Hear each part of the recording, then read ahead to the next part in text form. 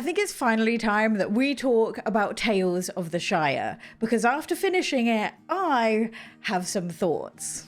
Now, in theory, this was going to be the game of my dreams, as this was sold as being essentially a Hobbit life sim, where you could fish, farm, cook, and even have the ability to invite villagers over for a dinner party to try and strengthen your relationships. And you do all of this alongside a story of helping your little village reach official town status. And honestly, as a Lord of the Rings fan, what more could I possibly want? And if I'm being honest, even after I saw the review scores from IGN, I still had a little bit of hope. As historically, cozy games really don't tend to review all that well, because not all cozy games that you play are designed to take your full attention. And despite the fact that IGN gave this just a score of 4, if you go and look at the reviews on Steam right now, the reviews actually say that it's mostly positive, which is not something you'd expect to see with a review score that low. And today I'm going to let you know if I think this game is any good, from the perspective of someone who loves cozy games. And I don't think this is going to be a very straightforward answer. Because in all honesty, if the rest of the game was as good as the last 5 hours of gameplay, I think this could have been a very different video. If the game actually worked. Because yeah, this is a game with a whole lot of issues. But first, I actually want to talk about some things I really did enjoy about Tales of the Shire. Now, for me personally, I actually think the game's writing is its strong point.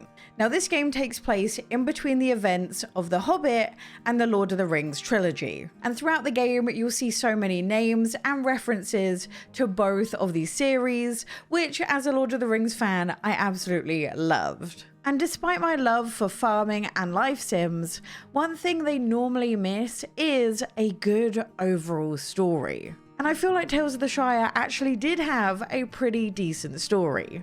You see, after you design your very own hobbit, tow hair and all, the story begins with you moving to a brand new town called Bywater. But it's not long after you arrive that you realize that all of the villagers have one very big goal, and that is to turn the small village of Bywater into an official town. The only issue is, in order to do this successfully, they need to meet a few very strict requirements. And it's your job to help the villagers out with whatever they need to try and get there. And the story is told to you by your interactions with all of the villagers. So this means the game itself is very quest-based. Now, throughout the entire game, there's a lot of reminders that you're playing as a hobbit.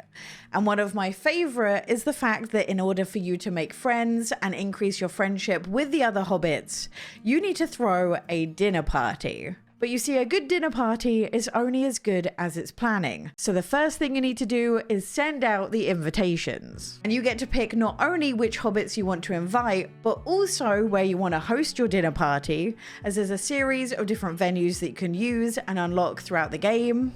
Then when it gets to the day of the dinner party, each of the hobbits that you've invited will send you a letter not only saying thank you for the invite, but they'll also tell you what food they're in the mood for. But of course, in order to cook, you also need ingredients. And this can either be done by farming in your garden, visiting the local shops to buy whatever you may need, or by foraging across the whole of the town. So this is definitely one of those games where you want to hoard as many resources as possible, and I found the best way to make money to buy ingredients was actually by selling fish. And then once you have everything that you need, you can go over to the kitchen. Now, depending on the flavors that you pick, you'll make a dish that's either salty, sweet, spicy, or bitter. And these are the qualities that the hobbits that you invite are gonna crave. And you can make dishes better and tastier by trying to balance the textures within them. Now, at the very beginning of the game, you can only really do this with a chopping board and a frying pan, but as you progress, you'll get even more cooking stations to make better dishes. After you've made all of the dishes for your guests, it's time to host the dinner party.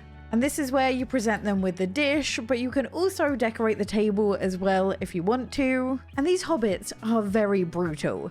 If they don't like the meal that you've given them, they will most definitely let you know with their facial expressions. And then if you couple their favorite dish with whatever they're craving, you'll get a huge amount of friendship points just from one meal. One thing I wish the game did more was stress just how important friendship is for progressing the game.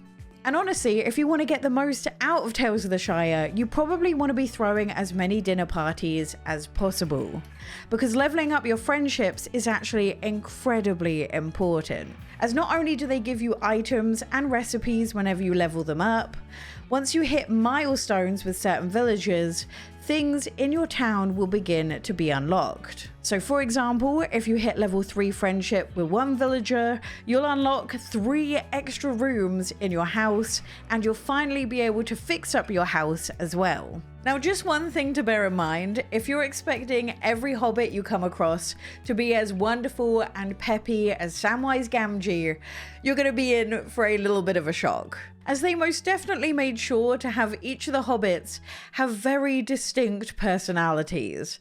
And for a few of them, this means very grumpy and very rude. Although I actually kind of like that not all the hobbits are lovely to you, it's sort of refreshing to see in a life sim sort of game. But the thing is, I did feel like the writing was doing a lot of the heavy lifting, especially in the opening 5 or so hours of the game. Because you see, at times, this really didn't feel like a life sim at all, as the early hours of gameplay really struggled to have an established gameplay loop. And at times, I really felt like there wasn't a lot to do. And this wasn't helped by the fact that the game didn't make it abundantly obvious that a ton of extra quests and features were hidden behind the friendship mechanics. And to top things off, it's only really when you get about 7 to 10 hours through the game that things like fishing, farming, foraging take on more of a purpose. So to me, I think the best way to describe the beginning of the game is it being closer to a narrative walking experience. Which actually kind of fits well, considering a lot of people think Lord of the Rings is just a film about walking, but you know.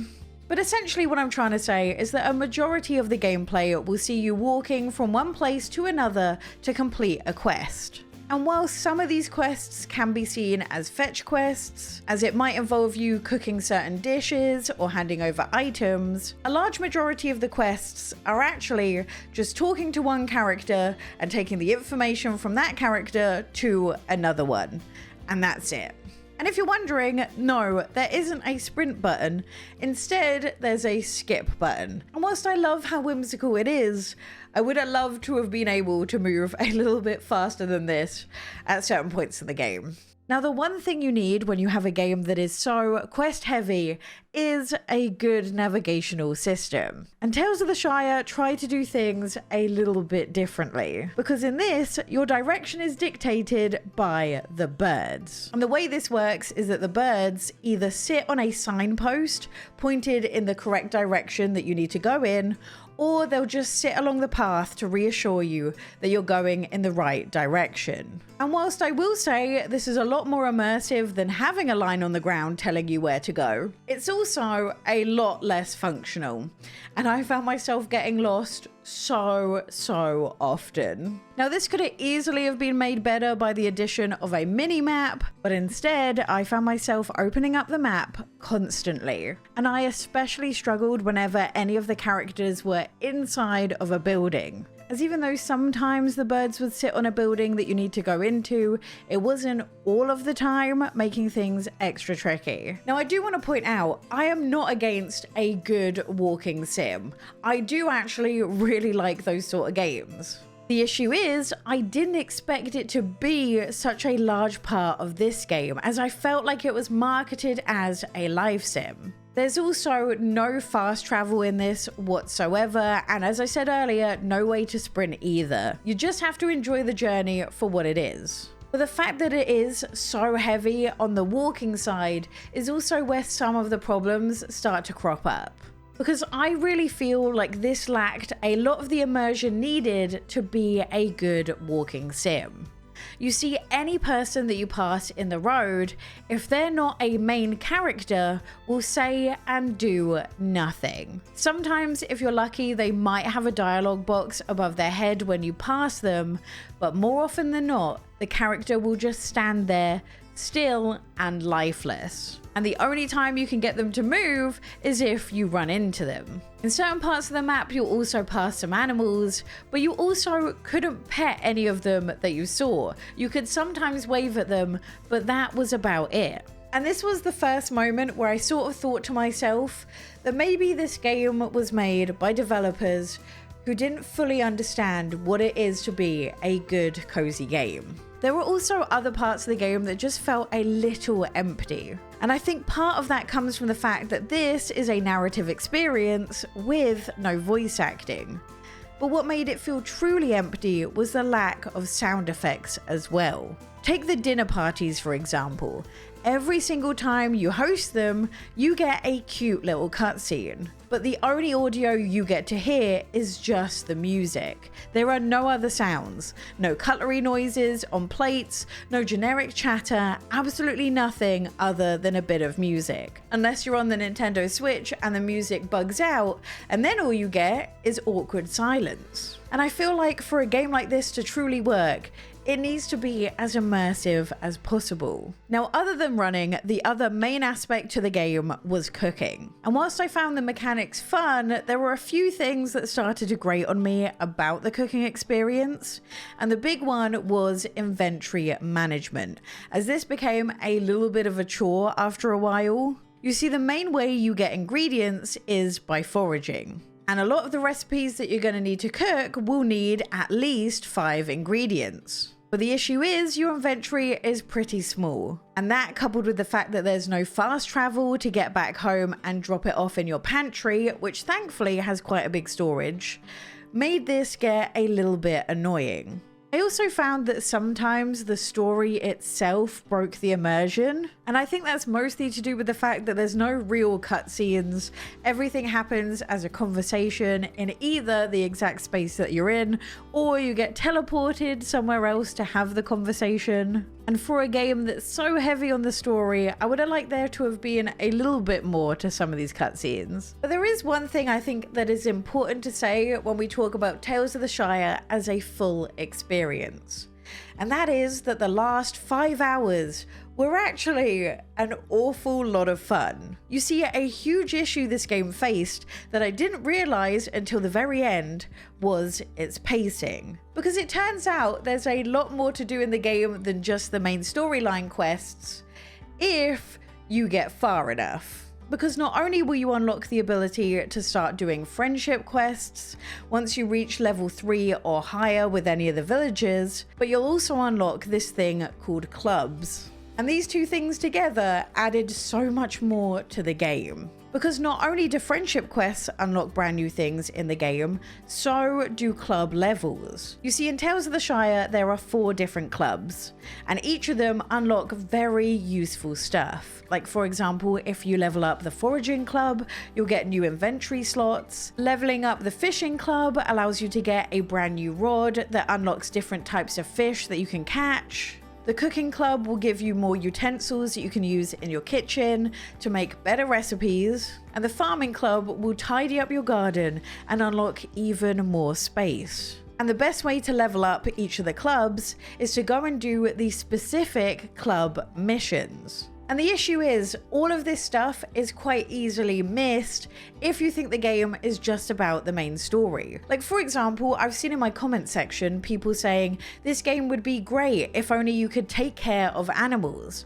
The thing is, you can, it's just locked behind a friendship quest. A quest you won't see unless you invite a certain character around with you and hit a specific relationship level. And the last 5 hours of the game, I had so much to do, I was actually avoiding doing the main storyline quests, which was a completely different vibe to how I felt in the first 5 to 7 hours. And I think these quests should have been brought so much earlier into the game. I finished the main storyline having a max of level 2 on each of the clubs, and there's 5 different levels for you to unlock.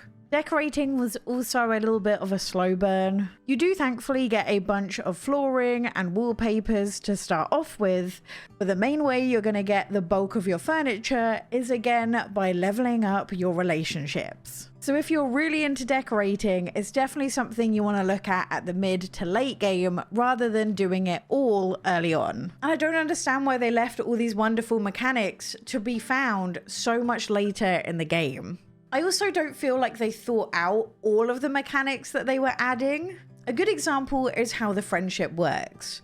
So in Tales of the Shire, if a villager has not been invited to a dinner party of yours for a while, they will get grumpy. And the way you get told this is that you get a letter in the post telling you that they're grumpy. And this means that you can't invite this villager to a dinner party until they cheer up. But the issue is, there is nothing you can do to make them happier. You just have to wait until they just suddenly decide they're no longer grumpy. Now at first, I didn't think much of this mechanic, other than it being kinda just funny. That was until I hit a main storyline quest that required me to invite 2 villagers to a dinner party.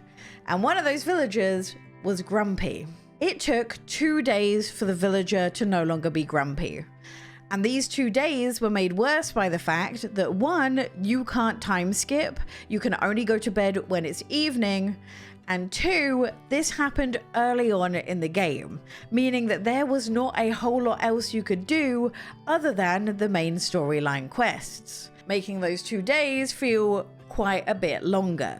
And for this being a cozy game, that mechanic just felt needlessly annoying. But by far the biggest issue about Tales of the Shire is its performance. Now throughout this whole video so far, you should have been seeing footage of the Switch, Switch 2 and PC.